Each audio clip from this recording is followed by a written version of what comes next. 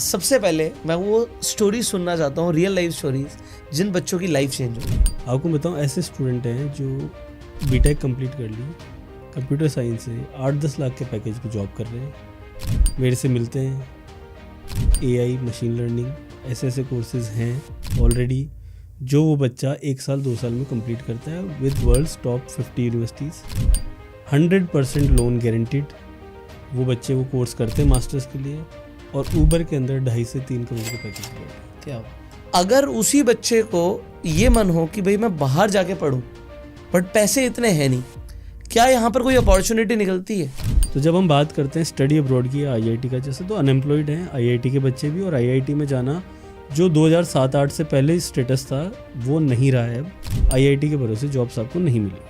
आज की रेट में लोन तो ले लेंगे, तो ये लोन के प्रेशर में आके भी कई लाइफ खराब तो नहीं हो जाएगी? मेरे जो बार्बर थे वो बैचलर्स करी हुई थी उनकी गवर्नमेंट यूनिवर्सिटी, तो उसने कहा भैया मेरे को कुछ बताओ ना, मैं कैसे जा सकता हूँ। मैंने कहा यार तूने पढ़ाई नहीं कर रखी होगी, क्योंकि ऑब्वियसली आपको लगता है कि, बोले भैया मेरा बीकॉम के अंदर 67% है। मैंने कहा यार ये तो बहुत अच्छे हैं, तो आप मेरे से मिल। वो वहाँ गया है और विद इन 2 ईयर्स उसने लोन भी रीपे कर दिया, अपनी डिग्री भी कंप्लीट कर ली और घर पे मकान भी बना लिया, शादियाँ भी कर ली। जो भी आपका इन्वेस्टमेंट है within 2 to 3 years 100% return आ जाएगा। आपने जो भी लोन लेके गए हो या कैसे भी आप गए हो, वो सारा विद इन 3 ईयर्स आप रीपे कर दो।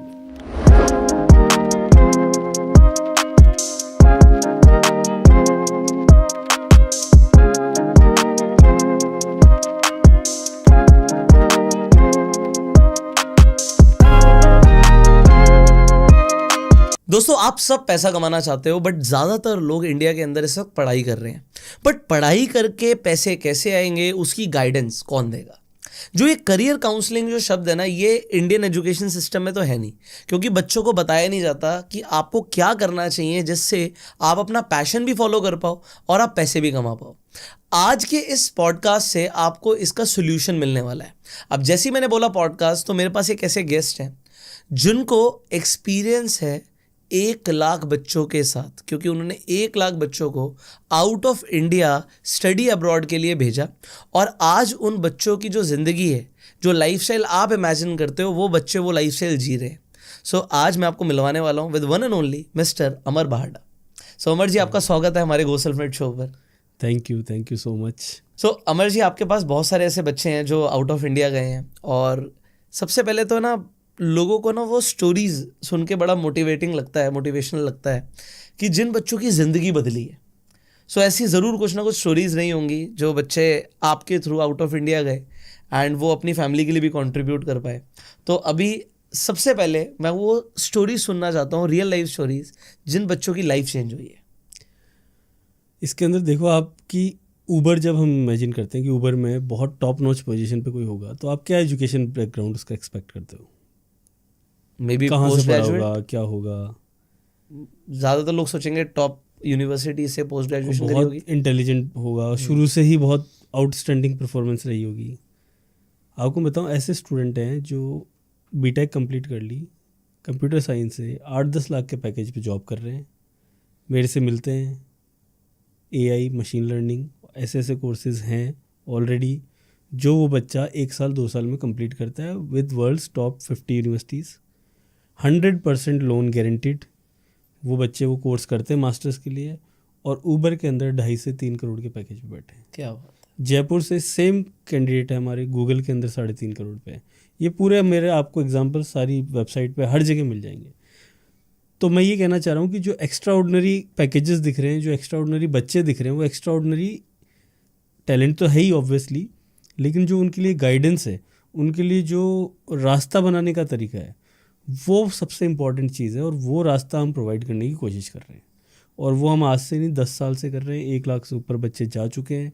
11 जगह पे हमारे सेंटर्स हैं इंडिया के अंदर, दुबई में है, मॉरिशस में है, हर जगह से हम कोशिश कर रहे हैं। और जो एक रेड रेस है और जाके डिप कर रहा है बच्चा 5 साल 10 साल की स्ट्रगल में, हम उसको पंख देने की कोशिश कर रहे हैं। तो ऐसे बहुत सारे बच्चे हैं जो आपके कंपनी के थ्रू आउट ऑफ इंडिया पढ़ने गए हैं, और उनकी लाइफ अब्रॉड जाने से पहले और यहाँ पर इंडिया में बहुत अलग रही होगी।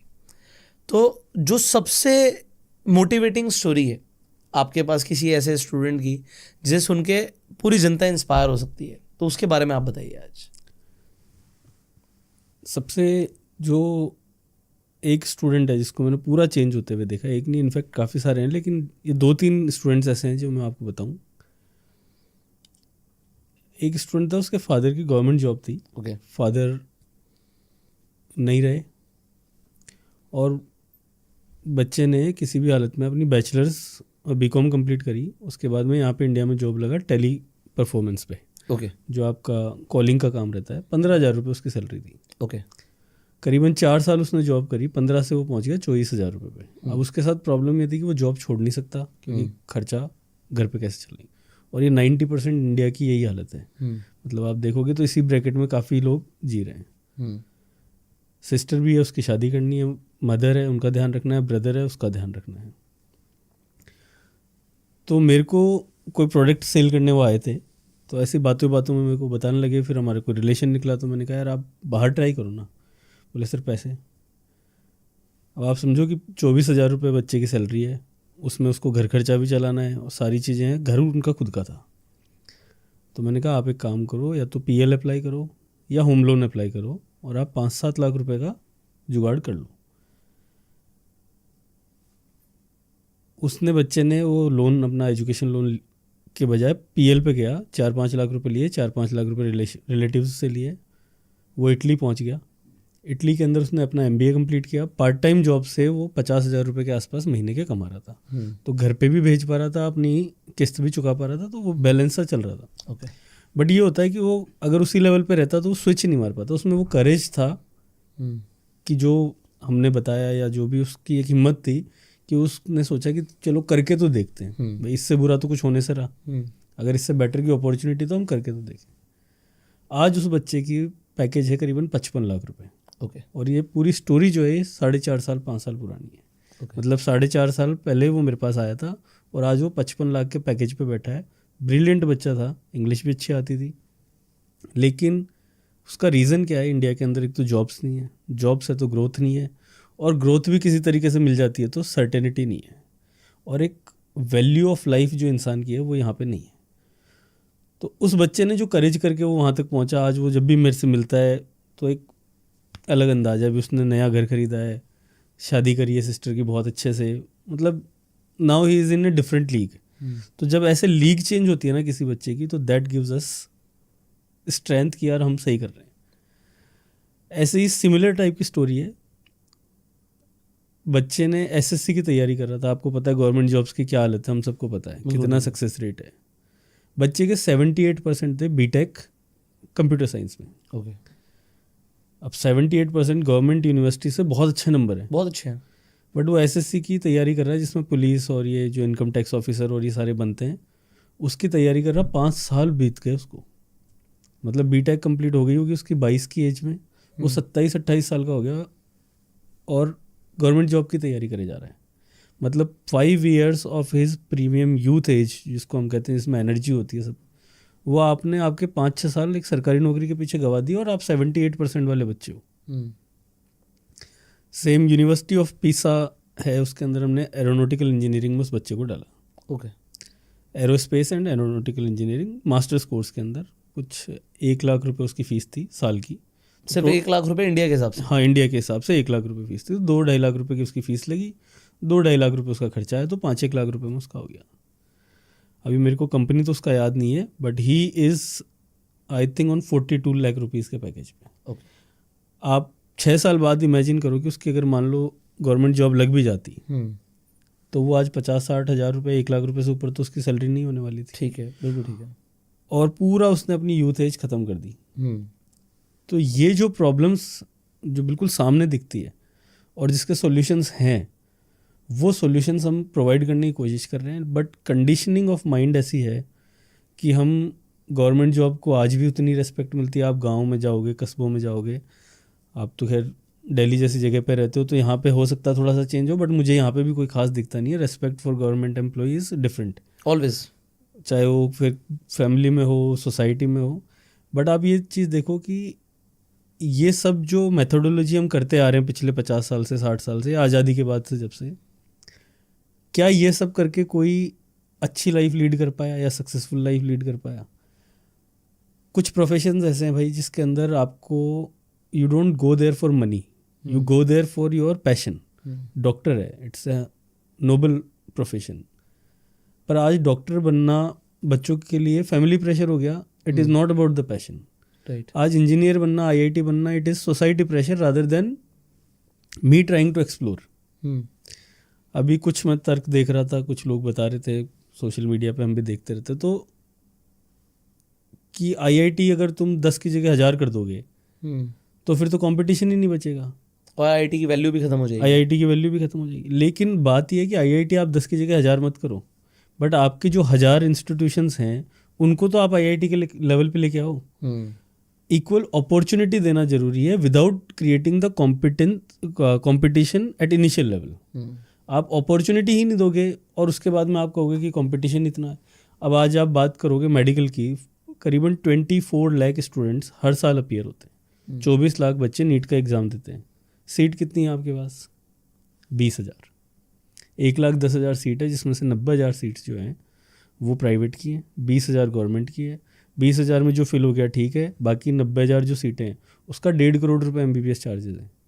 अगर बच्चा आ भी गया उसमें प्राइवेट वाली में तो क्या वो 1.5 करोड़ दे देगा? उसके घर वाले कहाँ से देंगे? हम मिडिल क्लास, ज़्यादातर इंडिया मिडिल क्लास से बिलोंग करते हैं, तो कहाँ से देगा? चलो दे भी दिया, सारी चीज़ें हो गई। उसके बाद में उसकी 11 साल बाद जब उसकी MBBS और MD और इंटर्नशिप और वो सारा कंप्लीट हो जाएगा तो 3-4 करोड़ रुपए खर्चा करके उसकी सैलरी है 70,000 रुपये, 80,000 रुपये। तो आपने ऐसे प्रोफेशंस को हाइप दे रखी है पूरी, जिसके अंदर करियर सिक्योर नहीं है। आपका स्ट्रेस इतना लेवल का है। आज इंडिया में जितना बच्चा स्ट्रेस में, 24,000 students are dying every year in India. Suicides I am talking about 24,000, बहुत बड़ा नंबर होता है। और पीक करता है ये डेथ रेट जब एग्ज़ाम्स के रिजल्ट्स आने वाले होते हैं, स्पेशली नीट और ये आपके JEE के। इस सिचुएशन में आपकी कंट्री खड़ी है तो बहुत काफ़ी परेशानी वाली जगह है ये। सो अब यहीं से बिल्कुल स्टार्टिंग से शुरू करते हैं। जब हम एक बच्चे की बात करते हैं, एक स्टूडेंट की बात करते हैं, देखिए अल्टीमेटली गोल है टू मेक मनी। स्टार्टिंग से बच्चे को बोला जाता है पैसे की तरफ ध्यान मत दे, तू सिर्फ पढ़ाई कर और पढ़ाई करके कुछ ऐसा बन जिससे तू कल को एक स्टेबल जॉब हासिल कर पाए। सो माइंडसेट घर वाले बिल्कुल क्लियर यही दे रहे हैं पूरे इंडिया को। और इनफैक्ट ये किसी और की नहीं, मैं अपनी भी एग्जांपल लूँ तो मेरे पापा भी चाहते थे कि मेरे को एक गवर्नमेंट जॉब मिले, मैं एक IAS ऑफिसर बनूँ, मेरे पास एक गाड़ी हो जिसके ऊपर लाल बत्ती लगी हो, गवर्नमेंट की तरफ से घर मिले, नौकर चाकर हो। तो मेरे पापा भी उसी तरीके की लाइफ मेरे लिए इमेजिन करते थे। सो ही वॉज नॉट रॉन्ग, वो अच्छा ही सोच रहे थे। बट बात ये, क्या मुझे वो करना था, क्या मुझे नहीं करना था? सो स्टार्टिंग हम यहीं से करते हैं। एक स्टूडेंट है, जब हम उसकी करियर काउंसलिंग की बात करते हैं, करियर काउंसलिंग एक बहुत बड़ा शब्द है जो इंडिया के अंदर मिसिंग है, किसी को पता ही नहीं कि उसे आगे करना क्या है। सो अगर आज आप एक बच्चा जो अभी 9th स्टैंडर्ड में है, 10th के एग्ज़ाम देगा, उसके बाद उसे अपनी स्ट्रीम चूज़ करनी है, हम यहाँ से शुरू करते हैं। तो यहाँ से करियर काउंसलिंग आप उस बच्चे की कैसे करेंगे? आज 9th क्लास में ये बच्चे जो हैं या इनके जो घर वाले देख रहे होंगे वो सेम यही काउंसलिंग आगे पास ऑन कर पाए, तो उस बच्चे की करियर काउंसलिंग कैसे शुरू करेंगे आप? देखो, सबसे पहले तो जैसे आपने बोला कि पेरेंट्स कहते हैं कि तुम पढ़ाई करो, तब तक चिंता मत करो, बाद में हम देखेंगे। यहाँ से पहला झूठ का बीज जो है वो शुरू हो जाता है। बिल्कुल ठीक। झूठ क्यों बता रहा हूँ मैं आपको कि पेरेंट्स अनकॉन्शियसली बच्चे को भी झूठ बोल रहे हैं और खुद को भी झूठ बोल रहे हैं कि तेरे को पढ़ाई करनी है, हमें तेरे से कोई मतलब नहीं, तो पैसे बाद में कमा लेना, हम तेरे ऊपर we are doing this for you. अब यहीं पे कॉन्सेप्ट अलग आ जाता है जैसे आप वेस्टर्न वर्ल्ड में जाते हो।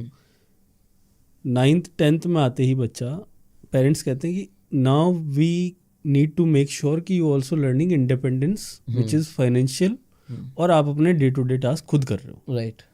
जो हम कहते हैं कि बाहर अंग्रेज लोग अपने बच्चों को घर से बाहर निकाल देते, बाहर नहीं निकालते हैं वो कहते हैं कि अब आप 16 साल के एज पार कर चुके हो, अब आपको लिविंग अपनी अर्न करनी पड़ेगी। राइट। इसलिए नहीं कि पेरेंट्स देना नहीं चाहते या दे नहीं सकते या कैपेबल नहीं है, इसलिए कि बच्चा अगर पैसा बनाना ही नहीं सीखेगा 16-17 साल की उम्र में तो उसको फाइनेंशियल नॉलेज कभी नहीं मिलेगी। राइट। और जो आज की डेट में इंडिया के अंदर फाइनेंशियल नॉलेज बिल्कुल है ही नहीं, ज़ीरो, तो वो चीज़ वहाँ से सीखना शुरू हो जाता है। तो 9th 10th में बच्चे को रिलैक्स जो अपने नॉर्मल सब्जेक्ट्स हैं वो पढ़ने, प्लस अपना पैशन ढूंढने की कोशिश पेरेंट्स के साथ में उसको करनी चाहिए। ओके। कि किस लाइन के अंदर उसको मज़ा आ रहा है। वहाँ पे पेरेंट्स को ऑब्जर्वेंट रहना चाहिए 9th और 10th के अंदर कि ये मैथ्स में अच्छा कर रहा है, इंग्लिश में अच्छा कर रहा है, आर्ट्स में अच्छा कर रहा है, या कौन सी ऐसी चीज़ है जिसको लेके ये इसका जो मोटिवेशन लेवल है वो बहुत हाई पे है। हो सकता है स्पोर्ट्स हो, कुछ भी XYZ। और उसका सबसे इजी फॉर्मूला है जिसके अंदर हम कहते हैं कि आपका एड्रेनलिन रश जो है किस में बढ़ रहा है। जैसे आप फ़ोन चलाते हुए 4 घंटे बिता सकते हो, तो वो उससे पता लगता है कि कौन सी चीज़ में इसको इंटरेस्ट है। जैसे मैं 7th 8th में था तो मैं क्रिकेट खेल सकता था पूरे 12 घंटे प्रोफेशनली। भाई पहले मैं टेनिस बॉल खेलता था, वो तो सारे बच्चे खेलते हैं। तो मेरी मदर ने क्या किया कि मेरे को आपके इसमें क्रिकेट एकेडमी में एडमिशन कराया। अब मैं क्रिकेट एकेडमी में भी 5 घंटे 6 घंटे मेहनत कर रहा हूँ। तो दैट शोज़ कि I have interest in sports. तो उस तरीके से आपको इंटरेस्ट आइडेंटिफाई करना पड़ेगा कि आप बैडमिंटन, आज की डेट में आउटडोर गेम्स खिलाना ही बच्चे को पहली बार टास्क है। अगर अब बच्चा खेल रहा है तो सपोर्ट हिम, और उसको वो मोटिवेशन दे रहा है तो let him go and explore that area. Now comes career counselling in terms of education. तो वो आपकी 10th के बाद से स्टार्ट होती है। 10th के बाद से कैसे स्टार्ट होगी? First you need to identify कि बच्चा कौन सी फील्ड में अच्छा है। जो मैथ्स में अच्छा है उसको IIT की तैयारी कराओ, कोई प्रॉब्लम नहीं है। लेकिन जो मैथ्स में नहीं करना चाह रहा, जो कॉमर्स में जाना चाह रहा है या जो आर्ट्स में जाना चाह रहा है, तो that we have to identify properly. Okay, once that is sorted, आपको जॉब की और इन सब चीज़ों की चिंता करने की ज़रूरत नहीं है, क्योंकि अगर आप पैशन से और इंटरेस्ट से ड्राइव करोगे अपना करियर तो you know exactly where you want to end up. Right, है ना? कि मैं अगर पेंटर हूँ 11th क्लास में, और आजकल की जनरेशन बहुत स्मार्ट है, they got all the AI apps, ChatGPT, ये सारी इन्फॉर्मेशन उनके हाथ में है सारी। And if someone is pursuing कि मेरे को पेंटर बनना है अगले 5 साल में 7 साल में प्रोफेशनल, तो उसको पूरा रास्ता वो खुद ढूंढ रहा है, उसके ऊपर मेहनत कर रहा है, और उसके साथ साथ वो पार्ट टाइम जॉब कर रहा है। पेरेंट्स के ऊपर बर्डन नहीं बन रहा, चाहे वो 5,000 कमा रहा हो, चाहे 10,000 कमा रहा हो, चाहे 20,000 कमा रहा हो। So that is the way forward, जिससे कि बच्चे को फाइनेंशियल फ्रीडम भी आप दो, और जिससे कि उसका इंटरेस्ट भी वो फॉलो करता रहे, और सबसे बड़ी बात फैमिली प्रेशर भी उसके ऊपर नहीं आए कि हमने तेरे लिए ये कर दिया, हमने तेरे पे इतना इन्वेस्टमेंट कर दिया। जो 3 इडियट्स में आपने देखा है, वो सारे प्रेशर आप मत दो बच्चे पे। He does not need your money, he needs your guidance and support system. आज की डेट में पैसा मिलना बहुत ईजी हो गया बच्चों के लिए। अगर एजुकेशन में वो अच्छे हैं, 12th के बाद में गवर्नमेंट 7.5-8 लाख रुपए का कोलेटरल फ्री लोन दे रही है। 40 लाख रुपए तक का लोन आपको कोलेटरल फ्री मिल रहा है मास्टर्स लेवल पे, अगर आपकी यूनिवर्सिटी की रैंकिंग अच्छी है। तो ये बेसिक जो है 9th से लेकर 12th तक, first we have to identify the interest, second we need to make sure कि we are making them financially aware, and third let the student find its own path, let him meet the people, let him find out कि यार अगर उनको stocks में समझना है तो let them come and talk to you, let them do your short courses. इस तरीके की चीज़ें बच्चों को आपको करने दो उनको, बट डोंट टेल देम कि यार डॉक्टर ही तुझे बनना है। You are finishing all the possibilities. आपने लास्ट में एक टप्पा लगा दिया कि डॉक्टर ही बनेगा। अब ना वो डॉक्टर बनना चाह रहा, ना वो बन सकता, ना आप उसको बना सकते, और आपने एक पूरा स्ट्रेस सोसाइटी के अंदर क्रिएट कर दिया, जिससे अनएम्प्लॉयमेंट, आपका जो स्टूडेंट्स है वो ड्रग्स की तरफ, इधर उधर कहीं भी, सारा आपने इकोसिस्टम खराब कर दिया just because of your social ego satisfaction. That is the situation. So आपने ये बोला कि 9th 10th क्लास के बाद बच्चे का जहाँ पर भी इंटरेस्ट दिख रहा है, पेरेंट्स को ऑब्जर्वेंट होना पड़ेगा। आपने ऑब्जर्व किया भाई ये बच्चा मैथ्स में बहुत अच्छा है, इसके साइंस में भी इंटरेस्ट है, आपने IIT डिस्कवर किया, और क्योंकि उसका इंटरेस्ट है वो वहाँ पर करने के चांसेस उसके बहुत ज़्यादा हैं, बहुत ब्राइट है। तो वहाँ से तो आ जाता है कि हम इंडिया के अंदर क्या पॉसिबिलिटी के साथ बच्चे को गाइड कर सकते हैं। अब अगर हम इंडिया की बात करें, चलो इंडिया के उसने किसी अच्छे कॉलेज से अपनी बीटेक करी भी, मैं IIT की बात नहीं कर रहा क्योंकि IIT में सब नहीं जा सकते, अगेन सीट्स लिमिटेड है। Even the student is bright enough, competition उसे फेस करना पड़ेगा क्योंकि ब्राइट भी फिर बहुत है इंडिया में, इंडिया की पॉपुलेशन इतनी ह्यूमंगस है। सो अगर उसी बच्चे को ये मन हो कि भाई मैं बाहर जाके पढूं बट पैसे इतने हैं नहीं, क्या यहाँ पर कोई अपॉर्चुनिटी निकलती है? भाई स्टूडेंट ब्राइट है, मार्क्स अच्छे आए, पैसे कुछ ऐसे बहुत एक्स्ट्रा ऑर्डिनरी नहीं है घर वालों के पास, limited they can spend, but उस बच्चे का मन है कि मैं बाहर जाके पढूं, एक ग्लोबल एनवायरनमेंट मुझे मिले, वहाँ से और पॉसिबिलिटी निकल सकती हैं। सो क्योंकि आपकी कंपनी 1 लाख बच्चों को बाहर ऑलरेडी भेज चुकी है, तो सर की कंपनी का नाम है मेरिडियन ओवरसीज़, 1 लाख से ज़्यादा बच्चों की हेल्प ऑलरेडी कर चुकी है बच्चों को बाहर भेजने के लिए, आज की डेट में बच्चे सेटल्ड हैं अलग अलग फील्ड्स के अंदर, तो जो अब आपको गाइडेंस मिलने वाली है ना, वो आपको रियल एंड प्रैक्टिकल मिलने वाली है। सो जो मेरा ये सवाल है कि भाई पैसे लिमिटेड है, बच्चा ब्राइट है, वो क्या कर सकता है? देखिए, पहली बात तो जो आपने बोला कि आईआईटी में बच्चे का सिलेक्शन हो जाए, तो मैं आईआईटी की बात नहीं कर रहा, क्योंकि आईआईटी से तो फिर कुछ ना कुछ हो ही जाएगा। आप फिगर्स अगर चेक करेंगे तो आप शॉक्ड हो जाएंगे। IIT Bombay 70% unemployment rate last year. IIM 70% of the students are unemployed. नहीं, उनका कैंपस सिलेक्शन नहीं हुआ या कैंपस सिलेक्शन ही नहीं हो रहा। बाद में तो मिल सकता है ना कहीं ना कहीं? बाद में तो आफ्टर, देखिए कोई भी यूनिवर्सिटी बाहर भी करती है या यहाँ पे भी कैलकुलेशन करती है, तो इट इज़ 6 महीने के अंदर कितना हमारे बच्चे प्लेस हुए या हायर एजुकेशन पे गए, दैट इज़ देयर ओके। 6 महीने में वो प्लेस नहीं हुए तो वो unemployed, that is unemployed. Okay. क्योंकि अगर 6 महीने तक आपको जॉब नहीं मिल रही, दैट मीन्स आपको 3 साल बाद कहीं मिल जाए तो that is not counted. But जो एक, देखिए IITs में आज हम, जो IITs जिन्होंने स्टैंड करी थी, नेहरू जी की IITs बनाई हुई है, अगर आज नेहरू जी का विज़न होता, हालांकि वो नहीं रहे अब, उस ज़माने में उन्होंने IITs क्रिएट कर दी थी। आज वो IITs डिस्ट्रॉय करके IITs के बहुत बड़ा कुछ कर सकते थे। आज सिलिकॉन वैली हो सकता है इंडिया में खड़ी हो रही होती। हम कॉपी नहीं कर रहे होते, we could have been the original maker of Silicon Valley. मैं आपको क्यों कह रहा हूँ, क्योंकि उस समय पे जो इंजीनियरिंग कोई जानता ही नहीं था। आप विज़न देखो ना, आज के 70 साल पहले अगर आप जाओगे तो हु कुड हैव थॉट कि ऐसा IT बूम आएगा या कभी पॉसिबल भी होगा, AIs आएंगी। लेकिन कुछ ना कुछ तो हमारे प्राइम मिनिस्टर के दिमाग में उस समय रहा होगा ना, कि उन्होंने IITs पे और एम्स पे फोकस किया। हमने क्या किया, हमने 2000 के बाद 96-97 तक IITs were very brilliant institutions. In fact 2005-6 तक भी ठीक था, लेकिन 2005 और 6 के बाद में IIT की जो डिमांड थी वो 6 तक बहुत प्रीमियम थी, 6-7 तक, लेकिन अभी डिमांड बिल्कुल ख़त्म हो गई। उसका रीज़न क्या है? आज आपको इंस्टीट्यूशंस तैयार करने हैं जो आज की डिमांड मांग रहे हो या फ्यूचर में आने वाले। आज आपको AI इंस्टीट्यूशंस चाहिए, आज जो चाहिए उसके ऊपर काम नहीं हो रहा। हमारे पास 70 साल पहले वो काम हो गया जो आज हमें चाहिए। तो जो उनका विज़न रहा होगा IITs को लेके, मैं कई बार पोस्ट में, I don't want to be political, but मैं आपको इसलिए बता रहा हूँ कि चीज़ें जो पहले से होती हुई आई हैं उनके रिजल्ट्स आज हमें देखने को मिल रहा है। पर आज जो चीज़ हो रही है वो चीज़ हमारे को अनएम्प्लॉयमेंट की तरफ लेके जा रही है। आज हम IIT को बंद करने के जो टाइम है उसके ऊपर हम IIT की हाइप बना रहे हैं। Now world does not need IIT people.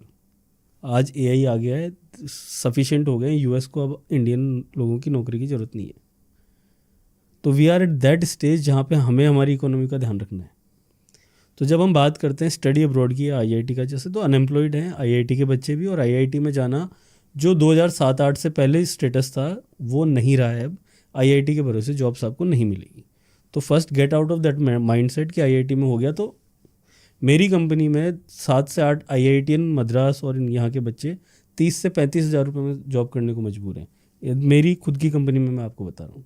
जो बच्चे इंजीनियर्स को गाइड करते हैं कि आपको कहाँ जाना है, तो आई वांट द बेस्ट, तो IIT के बच्चे थे वो गाइड कर रहे हैं। तो this is the reality of Indian education system. अब बात आती है कि हम अब्रॉड क्यों पिच कर रहे हैं, क्या हमें हमारा देश नहीं पसंद या हम देशभक्त नहीं है? तो बात यह है कि जो आपका कैनवास है, आप गांव से निकलते हैं, गांव के अंदर एक शॉप होती है, उसको आपको बचपन में लगती है कि बहुत इससे बढ़िया दुकान हो ही नहीं सकती दुनिया में। आप शहर की तरफ जाते हैं, थोड़ा सा स्टोर देखते हैं, आपको लगता है वाह क्या चीज़ है। आप थोड़ा और ग्लोबल जाते हैं, आपको लगता है यार ये तो बहुत ही ज़बरदस्त चीज़ है। तो जो एडवांस कंट्रीज़ हैं, US, UK, Canada, Australia, New Zealand, ये 5-6 countries plus European education system, वो जो पढ़ाई करा रहे हैं ना आज, वो हम आने वाले 20-30 साल तक सोच भी नहीं सकते यहाँ पे। Okay. They are doing AI with robotics for a student who has done BBA। Business management जिसने किया है वो AI रोबोटिक्स में कर सकता है मास्टर्स। अब ये कॉन्सेप्ट इंडिया में है ही नहीं। तो जो हमारा काम है, we are not limited to India in terms of आपके करियर प्लानिंग में। क्यों? क्योंकि इंडिया के अंदर जो चीज़ें अवेलेबल है उसमें पहली बात तो कंपटीशन बहुत है, और दूसरी बात वो कंपटीशन अगर आप क्रैक भी कर दोगे तो आपकी जॉब की कोई गारंटी नहीं है। तो जो ये माइंड्स हैं बच्चे, अब आप मानो गूगल, माइक्रोसॉफ्ट, आप किसी भी कंपनी का नाम लो, मेरा बच्चा वहाँ पढ़ रहा है या जॉब कर रहा है। आपको जो बच्चे 8 लाख 10 लाख 12 लाख के पैकेज में बेंगलोर, नोएडा, दिल्ली इधर बैठे हैं, वो बच्चे 4-4 5-5 साल उनको जॉब करते हुए होगी, कोई ग्रोथ नहीं है, 10% hike 20% hike, but next month पता नहीं कि जॉब रहेगी कि नहीं रहेगी। वो बच्चे 1 करोड़ 1.5 करोड़ 2 करोड़ के पैकेज में बैठे हैं। मेरा एजुकेशन के अंदर मानना है कि आप अपने अगर 12th और बैचलर्स करी है और आप नहीं अफोर्ड कर सकते, आप 3 साल जॉब करो। उस जॉब के बाद में आपकी एक सिविल स्कोर रेडी हो जाएगा, उसके बेसिस पे आपको 10 लाख 20 लाख 30 लाख का एजुकेशन लोन मिल जाएगा। यू टेक दैट अपॉर्चुनिटी, और वो 30 लाख की जो बैट है ना, वो आप करेजियसली उसको प्ले करो and then go abroad. But यहाँ पर ये पहला वाला क्वेश्चन कंप्लीट नहीं हुआ है, बट अगेन एक और क्वेश्चन आ गया। ये आपने बोला कि भाई 2-3 साल जॉब करो, 20-30-50 हज़ार जो मिल रही है आप उसे पकड़ो, आप कुछ पैसे इकट्ठा भी कर लोगे और आपको एक सिबिल स्कोर रेडी हो जाएगा तो लोन भी मिल जाएगा जी। बट इंडिया के अंदर लोन को ना बड़ा रिस्की माना जाता है कि यार ले लिया, चलो अप्लाई कर दिया, विदेश चले भी गए और वहाँ पर भी कुछ नहीं हुआ तो फिर वो लोन का भी प्रेशर, तो बच्चा एक बहुत ज़्यादा प्रेशर में आ जाएगा। तो वो किसे लेना चाहिए किसे नहीं लेना चाहिए, क्योंकि देखो एक गट फीलिंग होती है। जैसे अगर मैं पढ़ाई कर रहा हूँ तो मुझे एक गट फीलिंग है कि भाई मेरी आईआईटी क्लियर होगा या नहीं होगा, ये गट फीलिंग पहले ही आ जाती है। ठीक है, अगर हम गाड़ी चलाते हैं तो जिसे गाड़ी चलानी नहीं आती उसे गट फीलिंग आ जाती है भाई मैं ढंग की नहीं चला पाऊंगा, मेरे से एक्सीडेंट हो सकता है। और हमें गट फीलिंग होती है कहीं भी ले जाएंगे, चाहे पहाड़ों पे भी जाना तो हम आराम से ले जाएंगे। कुछ लोग कहते हैं कि वहाँ पे चला लेंगे, पहाड़ पे नहीं चला पाएंगे। सो वो गट फीलिंग होती है। तो यही आज की रेट में लोन तो ले लेंगे, बट अगर वो वहाँ पर उन्हें खुद से पता है कि भाई बच्चे को वहाँ पर भी टैलेंटेड होना पड़ेगा अगर वहाँ पर भी जॉब करनी है तो ये लोन के प्रेशर में आके भी कई लाइफ ख़राब तो नहीं हो जाएगी? कहीं कुछ ऐसी भी स्टोरीज होंगी आपके पास कि भाई फोर्स भी किया, घर वालों को भी फोर्स किया, लोन भी ले लिया, बट तब भी कुछ नहीं हुआ? नहीं, ऐसा तो मेरे पास नहीं आया, बट आपका क्वेश्चन बहुत अच्छा है, मैं आपको इसका आंसर करता हूँ। जयपुर के अंदर ही, मैं जयपुर से बिलोंग करता हूँ, मेरे ज़्यादातर एग्जांपल जयपुर से आपको मिलेंगे। मेरे जो बार्बर थे वो बैचलर्स करी हुई थी उनकी गवर्नमेंट यूनिवर्सिटी से, और बार्बर इंडिया में कितना 25,000 30,000 50 जो भी वो जो भी हाँ। तो उसने कहा भैया मेरे को कुछ बताओ ना, मैं कैसे जा सकता हूँ। मैंने कहा यार तूने पढ़ाई नहीं कर रखी होगी, क्योंकि ऑब्वियसली आपको लगता है कि बोले भैया मेरा बीकॉम के अंदर 67% है। ओह, मैंने कहा यार ये तो बहुत अच्छे हैं, तो आप मेरे से मिल। वो आया, अब उसका सिविल ठीक नहीं था, मतलब जो सिविल स्कोर है उसका, चलो हमने कैसे जैसे NBFC से लोन कराया, 14% के आसपास उसका इंटरेस्ट रेट था, बहुत हाई था। वो वहाँ गया है और विद इन 2 ईयर्स उसने लोन भी रीपे कर दिया, अपनी डिग्री भी कंप्लीट कर ली और घर पे मकान भी बना लिया, शादियाँ भी कर ली। तो कहाँ गया? लंदन की बात कर रहा हूँ। क्यों?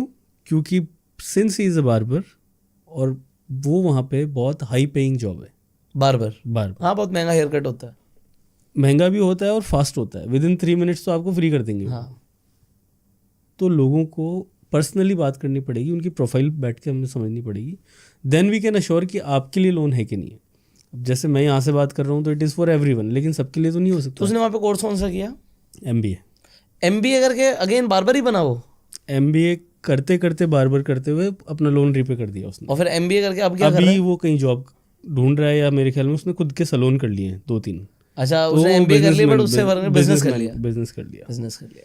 भाई वो उसके लिए ज़्यादा नहीं वो प्रॉफिटेबल है, उसमें कोई डाउट नहीं है। मैं पहली बार जब यूरोप गया मैंने कहा कि चलो बाल बड़े हो गए हैं, कटवा लेते हैं, तो मैंने रेट ही नहीं पूछा, तो मुझे पता नहीं कितने 1,000 रुपये लग गए मेरे, 8-10 हज़ार रुपये उसने चार्ज कर दिया कुछ मेरे को हमारे बाल काटने के। हम तो 16-17 साल का मैं यूके में था, मैं पहली बार गया, 25 पाउंड तो 2,500 रुपये हो गए। अब इंडिया में उस टाइम 20-30-50 रुपये लगते थे।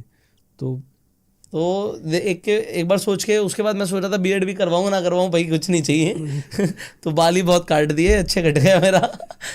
सो इसमें कोई डाउट नहीं है कि कुछ चीज़ों के अंदर वहाँ पर बिजनेस में स्कोप है, बट जैसे अगेन यहाँ पर भी एग्जांपल हुआ, उसने कर MBA रहा था, उसने part time as a barber profession में काम किया, उसमें कोई प्रॉब्लम नहीं है। बट पॉइंट ये है कि लोगों को इंडिया के अंदर भी, मैं ऑनेस्टली बताता हूँ, इवन हम अपनी कंपनी के लिए भी हायर करते हैं, डिग्रीज ले आते हैं लोग, बट टैलेंट होता है 0।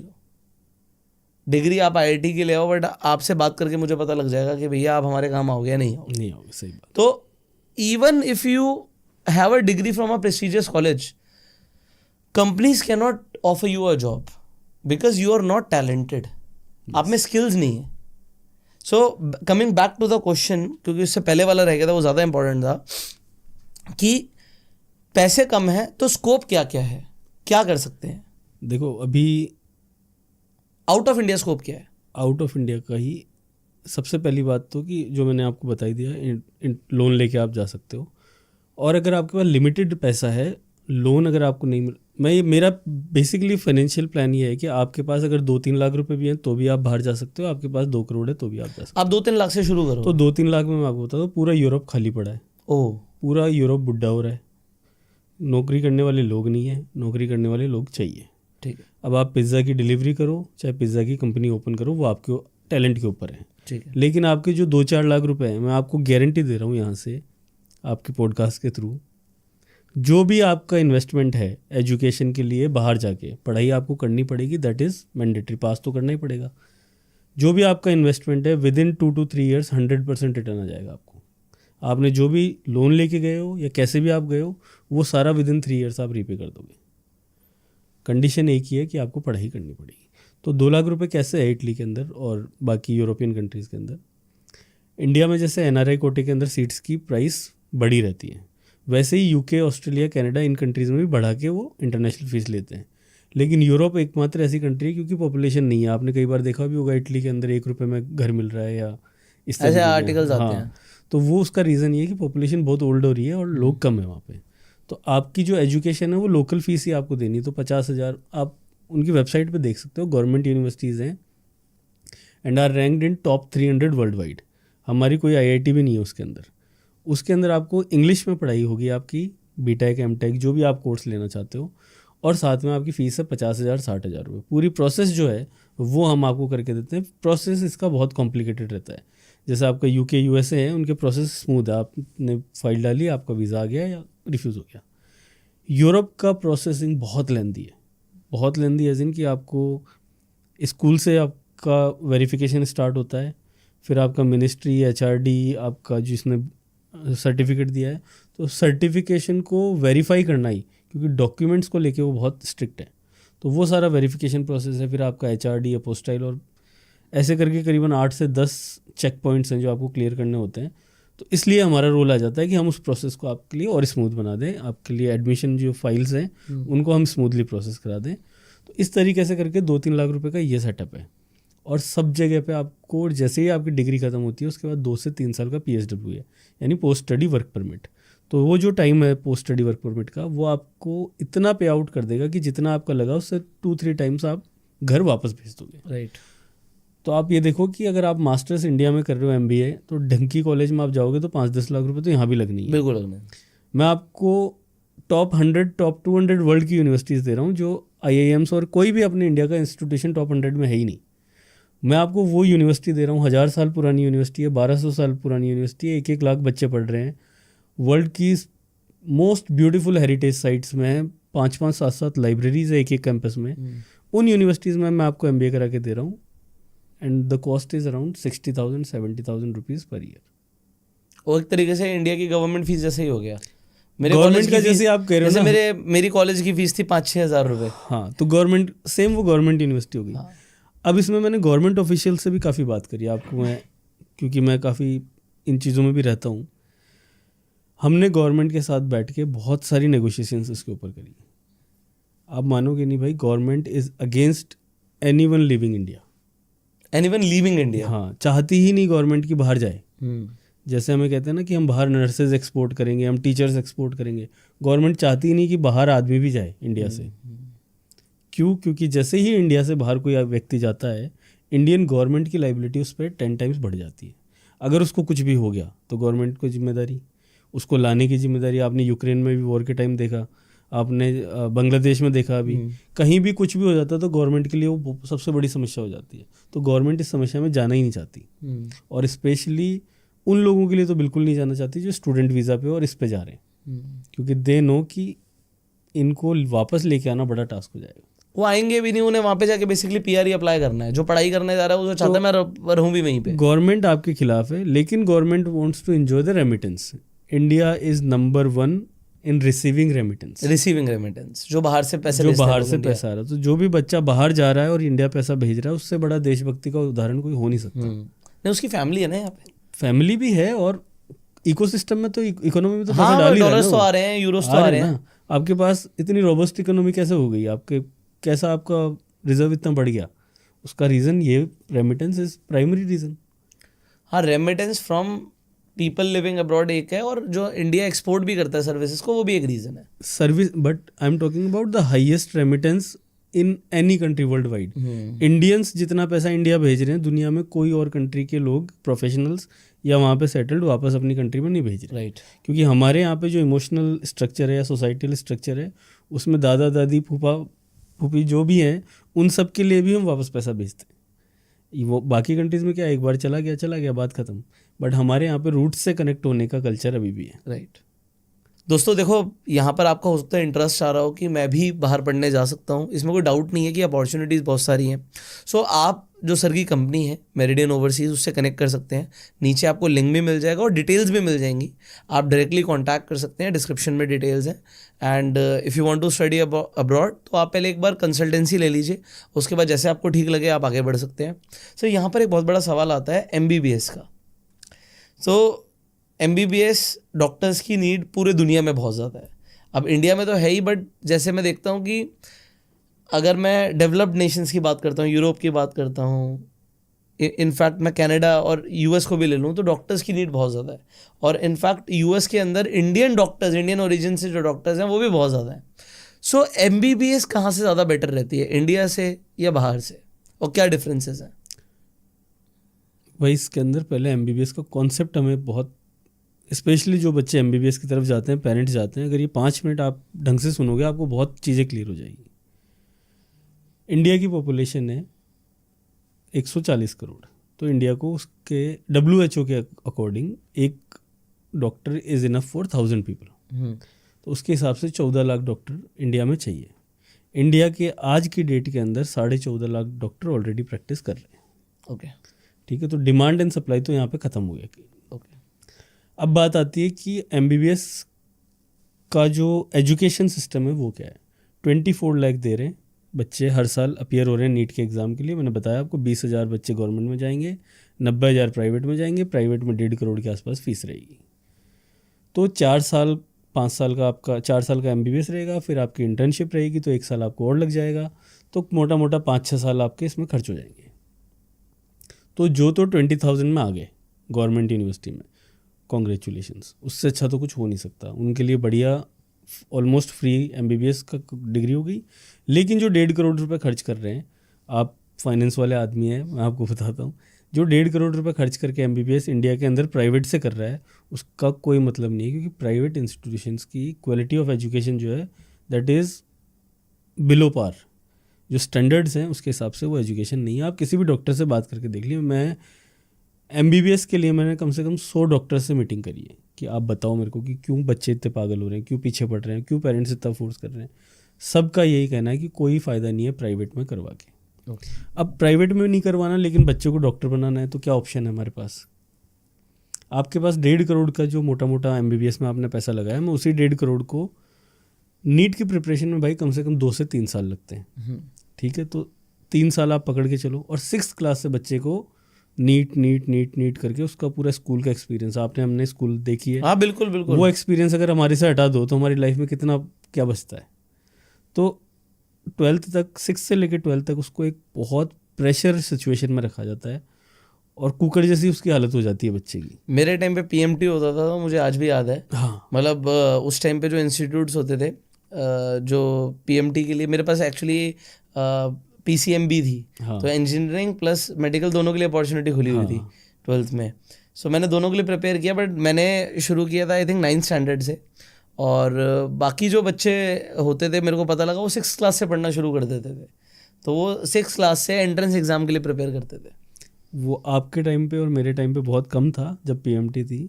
आज वो प्रेशर बहुत ज़्यादा नहीं, गुना बढ़ चुका है। ओके। क्योंकि उस टाइम जो कोचिंग्स थी वो FITGI और एक आध वैसी हाँ थी। बिल्कुल बिल्कुल थी। आज जो कोचिंग्स है, आकाश था PMT के लिए स्पेशलिस्ट, और FITGI था आपका IIT के बिल्कुल लिए। आज वो कोचिंग्स आपके स्कूल में घुस चुके हैं। अच्छा, स्कूल में ही आ गए हैं? स्कूल के अंदर ही आ चुके हैं आप। ओके। अभी आपने देखा ये जो फिजिक्स वाला का चल रहा है, 100 schools they are trying to capture for preparation of IIT और ये सब, प्लस आपकी गवर्नमेंट जॉब। तो जो चीज़ें, वही मैं वापस आता हूँ MBBS पे ही, नहीं तो फिर टॉपिक भटक जाएगा। तो MBBS की सिचुएशन है ये, 1.5 करोड़ रुपए और करीब 5 साल आप पढ़ाई मान लो और 3 साल की प्रिपरेशन मान लो, तो 8 साल का ये गेम हो गया। 8 साल 1.5 करोड़ और MBBS की डिग्री, उसके बाद में 30,000 रुपये की जॉब। ये बॉटम लाइन है। अब कोई बच्चा 1 लाख पे चला जाए तो that is a different story, लेकिन 1 लाख पे नहीं जाएगा क्योंकि वो 20,000 बच्चे मैंने पहले ही साइड कर दिए जो गवर्नमेंट में चले गए। 30-40 हज़ार रुपये की जॉब है, 8 साल का आपका पीरियड है और उसके बाद में 1.5 करोड़ का आपका इन्वेस्टमेंट है। मैं आपको इसका जस्ट ऑल्टरनेट दे रहा हूँ, क्यों? क्योंकि मेरा काम है वर्ल्ड वाइड अपॉर्चुनिटीज़ देखना, मैं इंडिया तक लिमिटेड नहीं हूँ। तो वर्ल्ड वाइड जब मैं अपॉर्चुनिटीज़ देखता हूँ तो मैं कहता हूँ 8 साल आपके लग रहे हैं यहाँ पे भी और 1.5 करोड़ रुपये लग रहा है, लेट्स डिवाइड इट। मैं कहता हूँ 3 साल आप जाओ सीधा नर्सिंग करो, UK के अंदर, ऑस्ट्रेलिया के अंदर, न्यूजीलैंड के अंदर। सर्टिफाइड रजिस्टर्ड नर्स आप जैसे ही बनते हो, 10 लाख रुपए आपकी साल की फीस है, 40-50 लाख रुपए आपका खर्चा आएगा। Day 1 डिग्री मिलते ही आपको 35 लाख रुपए मिनिमम गवर्नमेंट जॉब है। ओके। 14,000 नर्सेज की शॉर्टेज है UK के अंदर। पहले दिन जैसे ही आपकी डिग्री कंप्लीट हुई, आपके 35 लाख रुपए की जॉब पे आप बैठ गए साल की। अब जो प्राइस कंपैरिजन में कि UK में ज़्यादा खर्चा है, इंडिया में कम है, जो ठीक है, बट 35 लाख रुपए इतना अच्छा अमाउंट है कि 12 लाख रुपए आप 12-15 लाख रुपए आप घर भेज सकते हो इंडिया। तो आप 1 लाख रुपए तो कमा ही रहे हो इंडिया के हिसाब से भी। अगर आप देखोगे वो आप डॉक्टर बन के भी नहीं कमाते। आपके कितने साल लगे? 3 साल। आपने नर्सिंग कंप्लीट करी, आपकी अच्छी खासी जॉब हो गई और UK के अंदर आप PR के लिए एलिजिबल हो गए, यानी परमानेंट रेजिडेंसी के लिए। तो आपका पासपोर्ट सॉर्टेड, आपका जो मोरल है वो सॉर्टेड, आपकी फाइनेंशियल इंडिपेंडेंस सॉर्टेड, आप अपने पैरों पे खड़े हो चुके हो। और अभी बात खत्म नहीं हुई, अभी मेरे पास 5 साल बचे हैं इंडिया के हिसाब से और 1 करोड़ रुपया बचा है, क्योंकि मैंने तो 50 ही लगाए हैं अभी तक, जो 1.5 यहाँ लग रहे थे। अब आप 1 साल तक जॉब करो, 2 साल तक जॉब करो, आपकी मर्जी है। आपका जो इन्वेस्टमेंट लगा है नर्सिंग के अंदर उसको आप रिकवर कर दो। ठीक है। जैसे ही नर्सिंग का रिकवर होता है, आपके पास ऑप्शन आता है ग्रेजुएट MBBS। UK और इन सारी कंट्रीज़ के अंदर 2 तरीके की MBBS होती है जो हमें पता ही नहीं है। एक तो होती है 12th के बाद आप MBBS करने चले गए, जो इंडिया में चलता है। एक दुनिया में चलता है कि आपकी ग्रेजुएशन के बाद भी आप MBBS कर सकते हो। ओके। और वो चाहे ग्रेजुएशन आपकी BCom में हो, BSc में हो या किसी भी फील्ड में हो, उससे कोई फ़र्क नहीं पड़ रहा। ओके। बट आप MBBS ग्रेजुएशन के बाद कर सकते हो, वो 4 साल की होती है आपकी। ओके। तो 3 साल आपने नर्सिंग करी, 2 साल आपने जॉब भी कर ली और 4 साल की भी अगर आपने MBBS कर ली, जो कि अब आप लोकल फीस पे करोगे, क्योंकि आपके पास जो स्पॉन्सर है वो आपका NHS है। तो यानी आप वहाँ पे वर्क वीज़ा पे हो। जैसे ही आप वर्क परमिट पे आते हो, उसके बाद में आप लोकल फीस आप यूनिवर्सिटी को पे करोगे। लोकल फीस है उसकी 10 लाख रुपए से 11 लाख रुपए पर ईयर, यानी 4 साल के 40 लाख रुपए। क्या आप नर्सिंग कंटिन्यू कर सकते हो पढ़ाई के साथ? नर्स तो आप हो ही, पार्ट टाइम जॉब तो आप करते ही हो। आपकी पढ़ाई खत्म होगी नर्सिंग की, आप एज ए नर्स हॉस्पिटल में काम कर रहे हो, आप 35 लाख रुपए साल के भी कमा रहे हो और आप MBBS में एनरोल भी हो चुके हो। और मैं यही पूछ रहा हूँ, MBBS के साथ साथ वो नर्सिंग की जॉब रहेगी या छोड़नी पड़ेगी? वो आप पार्ट टाइम पे आ जाओगे। अच्छा, पार्ट टाइम पे आ जाएंगे, क्योंकि पढ़ाई भी तो आपको करनी है। तो फुल टाइम आप नहीं कर सकते, बट एटलीस्ट अब आपके दिमाग में ये नहीं कि ये नहीं हुआ तो मेरा क्या होगा। आप आउट ऑफ फियर आप MBBS करने नहीं जा रहे, अब आप आउट ऑफ पैशन करने जा रहे हो। ठीक है। और दोनों में बहुत रात दिन का फ़र्क हो गया। 4 साल में जैसे ही कंप्लीट होगा, your first pay cheque will be 1.5 CR, 1.5 crore रुपए की आपकी जॉब लगेगी साल की। और आप वर्ल्ड वाइड कहीं पे भी बिना एग्जिट एग्ज़ाम के MBBS की प्रैक्टिस कर सकते हो। अब जो बच्चे चाइना, रशिया, इधर उधर जाते हैं 50 लाख रुपए लगा के, उनको वापस इंडिया के एग्ज़ाम देना पड़ता है FMG, और उसकी सक्सेस रेट है 20%। लेकिन 20% भी तब है जब तीसरी बार चौथी बार वो कैलकुलेशन नहीं है उसमें। मोटी मोटी उसकी सक्सेस रेट है 5 से 7%। तो उधर आप 50 लाख रुपए खर्च करके MBBS के चक्कर में और वापस 12th पास हो जाते हो, 7% बच्चे ही पूरा कर पाते हैं। और ये बच्चों की तादाद है, 30,000 स्टूडेंट हर साल एग्जाम दे रहे हैं। मतलब जो इंडिया से पहले रशिया जा रहे हैं MBBS करने और फिर वापस आके यहाँ पे एग्जाम दे रहे हैं, वो पास ही नहीं हो पा रहे। 7% पासिंग रेट है उसकी, और वो 30,000 बच्चे हैं हर साल। आप समझ रहे हो कितना बड़ा स्कैम MBBS के अंदर चल रहा है। स्कैम भी मैं इसको नहीं कहूँगा, कितना बड़ी बेवकूफ़ी चल रही है जो करवा रहे हैं, जो मेडिकल से बच्चों को प्रेशर डाल रहे हैं। बट वहाँ पर जॉब नहीं मिल सकती क्या? नहीं, अगर आपने रशिया चाइना से कराया तो आप you can not practise there. Why? क्योंकि आपको MCI अलाउ नहीं कर रही। आपको वहाँ की गवर्नमेंट लेना ही नहीं चाह रही, वहाँ पे पहले से जो डॉक्टर हैं वो इंटरनेशनल स्टूडेंट्स को वो वेरीफाई नहीं कर रहे वहाँ पे। ओके मेरे को नहीं पता, बताना चाहिए बट मैं इस पे बोल देता हूँ। रशिया, चाइना और ये जितनी भी कंट्रीज़ है ना, इसके अंदर जो MBBS हो रहा है उसकी फ़ीस जो डिसाइड कर रहा है वो एजेंट कर रहा है वहाँ बैठा हुआ।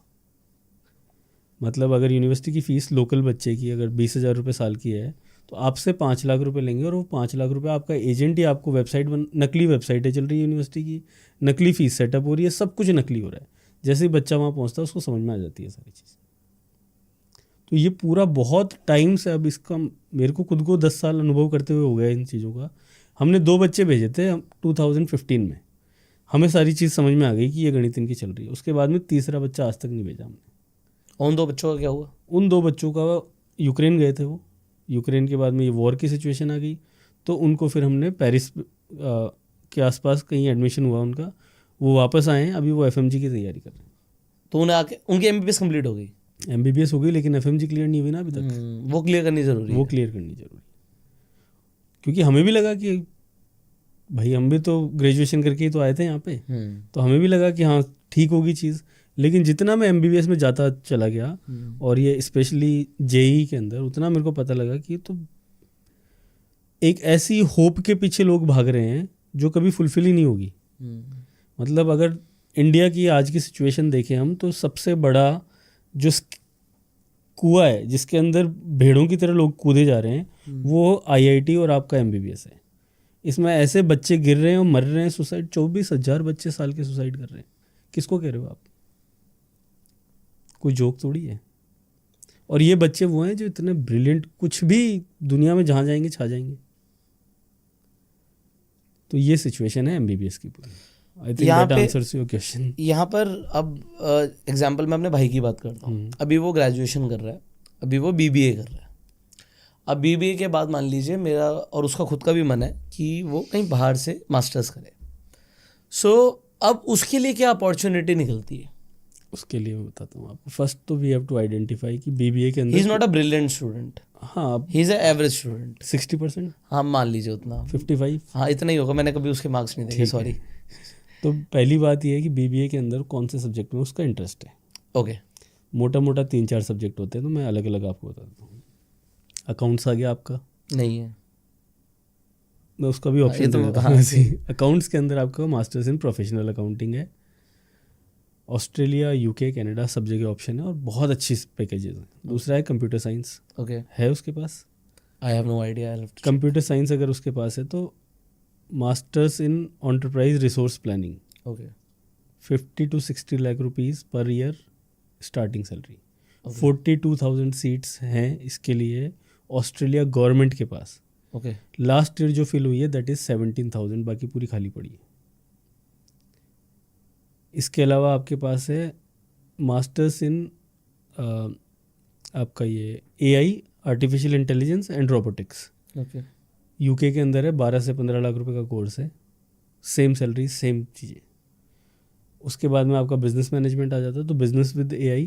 अभी बिजनेस मैनेजमेंट में उसका इंटरेस्ट है। हाँ, तो बिजनेस विद, अभी क्या हो रहा है ना कि आपके जो ट्रेडिशनल कोर्सेज चलते आ रहे थे कि बिजनेस मैनेजमेंट हो गया, supply chain management, project management और ये सारे, अब ये मैनेजमेंट को आपको टेक्नोलॉजी के साथ मर्ज करना पड़ेगा तो ही आपका करियर बन सकता है। क्योंकि अभी आप देख रहे हो अपना बिजनेस है दोनों का, आज हम कितना टाइम तो मैनेजमेंट वाली चीज़ों पे देते हैं और कितना टेक्नोलॉजी पे देते हैं एज ए ओनर।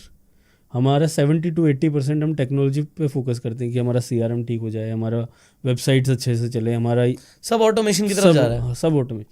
तो हमें वो बंदा चाहिए जिसको मैनेजमेंट भी आता हो और टेक्नोलॉजी भी समझ में आती हो। अब हमें सिर्फ मैनेजमेंट 5 आदमियों को खड़े रह के देखने वाला नहीं चाहिए। अब एक बंदा चाहिए जो 5 सिस्टम को देख ले, 5 सिस्टम को देख ले, या उन 5 को कम से कम ऑटोमेट करके दे हमें। तो we have to look into these courses, और ये कोर्सेज यहाँ नहीं है अवेलेबल सर। सो अब मैं अपने भाई की बात करता हूँ। मान लीजिए उसे बिजनेस में इंटरेस्ट है, आपने बोला बिजनेस विद AI एक स्कोप है। सो कौन सी यूनिवर्सिटी और कौन सी कंट्री से होगा ये?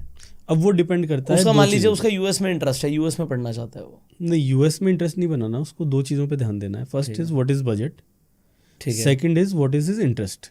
ओके अब जैसे AI में इंटरेस्ट है और बजट पूरा है तो target for top 20 world universities, लेकिन बट पढ़ाई में अच्छा नहीं है, परसेंटेज कम है, वही में आ रहा था। अब परसेंटेज कम है तो we can target top 200 universities. There is a DRS method इसमें भी। ओके, हम ड्रीम यूनिवर्सिटीज़ करेंगे कि चलो इसकी 60% आ गई बच्चे की, तो इसमें बेस्ट पॉसिबल सिनारियोज क्या हैं वर्ल्ड वाइड, फिर हम रियलिस्टिक जाएंगे कि इनमें करीब करीब हो सकता है, और फिर हम जाएंगे सिक्योर यूनिवर्सिटीज़ के अंदर कि इनमें तो आना ही आना है। ओके, तो हम 9 यूनिवर्सिटीज़ पकड़ेंगे।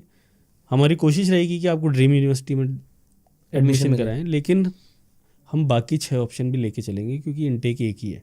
एक बार मिस हो गया तो फिर आपको पूरा 1 साल वेट करना पड़ेगा। राइट। तो this is how we process the applications. और फिर पर्सनलाइज वो रहता है सारा।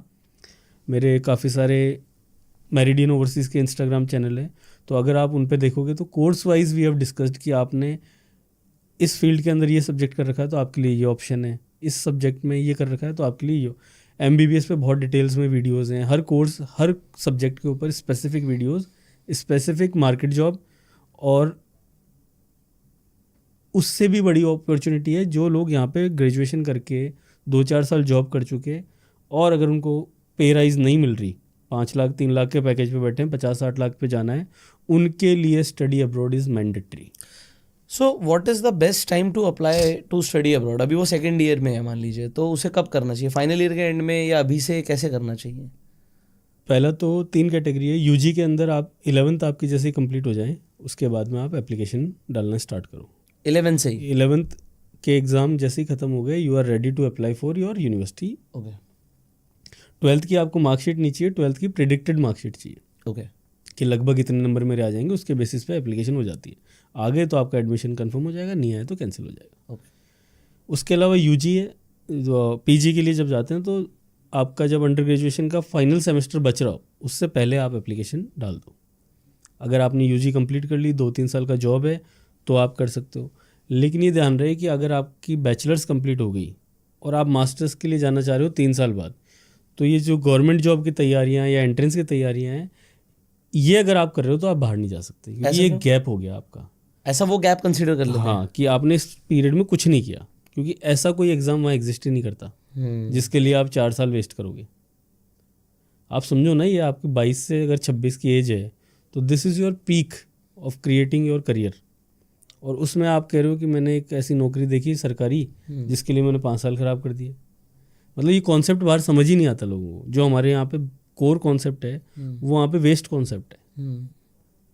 तो ये चीज़ है कि गैप आपका नहीं आना चाहिए। गैप आ रहा है तो एप्लीकेशन नहीं हो पाएगी, हो ही नहीं पाएगी, फिर आपका वीज़ा ही नहीं आएगा। नहीं, उसका कोई रीज़न है, कोई मेडिकल रीज़न है? जेन्युइन तो 6 महीने 12 महीने हो जाएगा, इससे ज़्यादा कितना होगा। ओके। लेकिन आप देखो ना 70% मेरे पास भाई ऐसे आते हैं कि सर ग्रेजुएशन तो हो गई, उसके बाद कुछ नहीं किया, या उसके बाद कहीं। तो उनका क्या होता है फिर? कुछ नहीं हो सकता, फिर वो वहाँ पे ख़त्म हो गया ना उसका करियर। वही तो पेन है देश का, वही तो हम ख़त्म करना चाह रहे हैं कि आपकी ग्रेजुएशन हो गई, अभी भी आप क्लियर नहीं हो, आप आओ बात करो, बहुत सारे सॉल्यूशंस हैं। पैसों की दिक्कत है वो भी सॉल्व होगी, लेकिन अगर आप करियर पे ध्यान ही नहीं दे रहे, आप कितना यूथ आप देखोगे कि ग्रेजुएशन कंप्लीट हो गई या तो नेतागिरी में चले गए, या वो तो बहुत कम होते हैं। बहुत ज़्यादा है नेतागिरी वाले। अच्छा, आपके दिल्ली में कम हो गया अभी थोड़ा। हाँ, हमारे उधर देखो आप सारे सब नेता बन रहे हैं। सब नेता बन रहे हैं, या फिर आपका उसके अंदर जा रहे हैं, क्या कहते हैं, आपको किसी दुकान पे बैठने लग गए ऐसे ही। हाँ, वो तो कोई शोरूम पे बैठने लग गया। अच्छा, जॉब भी कर रहे हैं तो सैलरी अकाउंट में नहीं आ रही, कैश में ले रहे हैं, कैश इन हैंड कर रहे वो हैं। बेवकूफ़ है थोड़े से। तो वो कैश इन हैंड वाला भी बेकार हो गया। बेवकूफ़ है, उसका कुछ बना ही नहीं। ना उसका सिविल बना, ना उसका फाइनेंस बना, कुछ नहीं बन रहा। अच्छा, अगर जैसे ग्रेजुएशन के बाद जॉब करी और फिर अप्लाई कर रहा है तो उसको हाईली कंसिडरेट करा जाता है। हाईली? ओ, क्योंकि मास्टर्स का कॉन्सेप्ट जो है ना वो ऐसा है कि आपको कुछ आता है and you want to specialise in it.